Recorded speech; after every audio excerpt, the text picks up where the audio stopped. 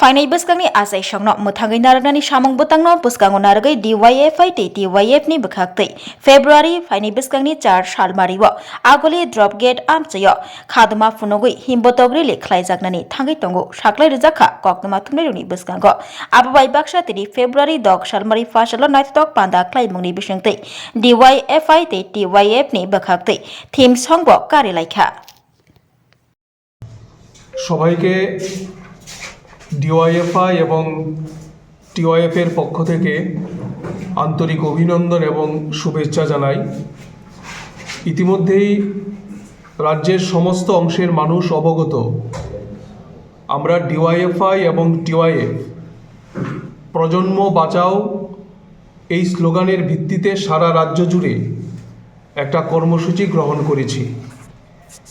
এই কর্মসূচির প্রথম পর্যায়ে আমরা রাজ্যের 3টা জায়গায় কুমারঘাট, আমবাসা এবং উদয়পুর এই 3টা জায়গায় আমরা গণ অবস্থান সংগঠিত করি এবং এই প্রজন্ম বাঁচাও কর্মসূচির দ্বিতীয় পর্যায়ে আগামী 8ই ফেব্রুয়ারি ড্রপ গেটের যে বিদ্যাসাগরের মূর্তি এই মূর্তির সামনে থেকে সকালবেলায় আমরা একটা পদযাত্রা শুরু করব এবং এই পদযাত্রার সমাপ্তি হবে উজ্জয়ন্ত প্রসাদের সামনে ক্ষুদিরাম এবং সূর্য সেনের মূর্তির পাদদেশে। আগামী 8ই ফেব্রুয়ারি রবিবার সকাল 8টায় এই কর্মসূচির সূচনা করবেন আমাদের রাজ্যের রঞ্জি দলের প্রাক্তন অধিনায়ক শ্রী অরূপ দেববর্মা। আমরা প্রথমত এই কর্মসূচিতে রাজ্যের সমস্ত ছাত্র যুব বন্ধুদের এবং আমাদের রাজ্যের সমস্ত অংশের মানুষকে উপস্থিত থাকার আহ্বান আমরা জানাচ্ছি। আমরা সবাই জানি যে এই ত্রিপুরা রাজ্যে বামফ্রন্ট সরকারের পরিবর্তনের পর একটা সামাজিক সংকটের মুখে আমাদের রাজ্যকে দাঁড় করিয়ে দেওয়া হয়েছে। একদিকে কাজ শিক্ষার সুযোগ কমছে, অন্যদিকে নেশা জুয়ার রমরমা সারা ত্রিপুরা রাজ্য ছড়িয়ে পড়েছে। নতুন প্রজন্ম তারা বিপদগামী হচ্ছে এবং একটা অন্ধকারের দিকে নতুন প্রজন্মের ভবিষ্যৎকে দাঁড় করিয়ে দেওয়া হয়েছে। এই প্রেক্ষাপটে আমরা মনে করি ডিওয়াইএফআই এবং টিওয়াইএফের মতো একটা প্রগতিশীল সংগঠন আমাদের দায়িত্ব হচ্ছে এই অন্ধকারের হাত থেকে রাজ্যটাকে রক্ষা করতে হবে। যে অন্ধকারের দিকে আমাদের রাজ্যকে পরিকল্পিতভাবে নিয়ে যাওয়া হচ্ছে সেই অন্ধকারের মুখে দাঁড়িয়ে আমাদের লড়াই হচ্ছে আলোর সন্ধানে মানুষকে নিয়ে যাওয়া। তার জন্যে খুব সচেতনভাবে আমরা এই কর্মসূচির নাম দিয়েছি প্রজন্ম বাঁচাও কর্মসূচি। ধারাবাহিকভাবে আমাদের এই কর্মসূচি চলবে বিভিন্ন পর্যায়ে, সাংস্কৃতিক অনুষ্ঠান, খেলাধুলার অনুষ্ঠান, মিছিল, সভা, জমায়েত, আলোচনা সভা, নানান ধরনের কর্মসূচির মধ্য দিয়ে এই প্রজন্ম বাঁচাও আন্দোলনটাকে আমরা তীব্র থেকে তীব্রতর করতে চাই। আজকে এখানে একটা থিম সংয়ের উদ্বোধন হবে। 2 প্রজন্মের 2জন গুণী মানুষ এই থিম সংয়ের শুভ সূচনা করবেন। আমরা অনুরোধ করব আগামী দিনে আমাদের এই প্রজন্ম বাঁচাও এই স্লোগানের ভিত্তিতে যে কর্মসূচি, এই কর্মসূচিকে সার্বিক সফল করার জন্য সমস্ত অংশের মানুষ আমাদের সাথে এগিয়ে আসবেন।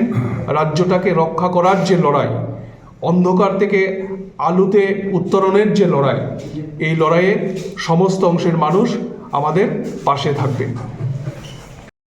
প্রথম দফায় কর্মসূচিটা আমরা 1 দফায় করেছি, দ্বিতীয় দফার কর্মসূচি আমরা শুরু করব 8 তারিখ থেকে। এটা দীর্ঘদিন যাবত এই কর্মসূচি দীর্ঘমেয়াদী কর্মসূচি, ফলে এই কর্মসূচির একটা থিম সং আমরা করেছি। মূলত আজকে আমাদের এই থিম সংয়ের উদ্বোধন রিলিজ করবেন এবং এটা রিলিজ করবেন আমাদের রাজ্যের বিশিষ্ট 2জন, নানা দিক থেকে 2জন মানে আমাদের কাছে প্রিয় এবং প্রতিষ্ঠিত এই 2জনকে। একজন হচ্ছেন চিত্রশিল্পী, আমাদের রাজ্যের সবার পরিচিত স্বপনদা, আমাদের অভিভাবক একটা প্রজন্মের। আরেকজন হচ্ছেন আমাদের নতুন প্রজন্ম, তরুণ প্রজন্ম, চিকিৎসক এবং আমাদের এসএফআইয়ের কেন্দ্রীয় কমিটির অন্যতম সদস্য সৌরভ দেব।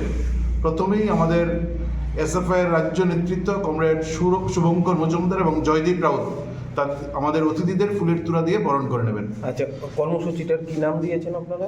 প্রজন্ম বাঁচাও কর্মসূচি। আপাততভাবে আমরা 8 তারিখ পদযাত্রা করছি, দ্বিতীয় পর্যায়ের কর্মসূচি। তারপর থেকে টানা প্রতিটা বিভাগে, প্রতিটা অঞ্চলে, প্রতিটা ইউনিটে, নানান পর্যায়ে এই কর্মসূচি আমাদের ধারাবাহিকভাবে চলবে। আচ্ছা, আপনারা যে এই কুমারঘাট বলুন বা উদয়পুরে বলুন, যে বড় ধরনের কর্মসূচি বা জমায়েত করেছেন, রাজধানী আগরতলায় কি করবেন এই ধরনের? 8 তারিখের কর্মসূচিও বড় ধরনেরই কর্মসূচি, শুধু কর্মসূচির ঢংটা আমরা একটু চেঞ্জ করেছি। নিশ্চয়ই পরবর্তী সময়ে রাজ্য স্তরে জমায়েতও আমরা করতে পারি, এই পরিকল্পনা আমাদের আছে। সারা রাজ্যের সবগুলো লোকাল বিভাগে কর্মসূচি শেষ করার পর তার সমাপ্তি কর্মসূচি হয়তোবা আগরতলাতে আমরা করতে পারি, যদিও এটা নিয়ে এখনও আমরা চূড়ান্ত কোনো আলোচনা করিনি, কিন্তু আগরতলাতে নিশ্চয়ই আমাদের বড় ধরনের কর্মসূচি করার পরিকল্পনা থাকবে। আবার এসে গেছে ত্রিপুরা শিল্প ও বাণিজ্য মেলা, এবছর 36তম। Hapania international fair and exhibition গ্রাউন্ডে দেশের নানা প্রান্তের তাঁত, হাতের কাজ, বাঁশের কাজ, রাবার প্রোডাক্ট, চা, কাপড়, ব্যাগ, জুয়েলারি ও অন্যান্য হস্তশিল্পের সাথে পরিচিত হন। আর নিজের পছন্দ মতো কেনাকাটা করুন। শুরু হচ্ছে 29শে জানুয়ারি থেকে, চলবে 12ই ফেব্রুয়ারি পর্যন্ত। আপনাদের সকলের আমন্ত্রণ রইল। তুমি আছো রান্নাঘরে, তাই সুগন্ধে ভরে, যা খুশি তেমনই খাই, তোমার জাদুর রান্নায় থাকে শুধু লং তরাই, থাকে শুধু লং তরাই।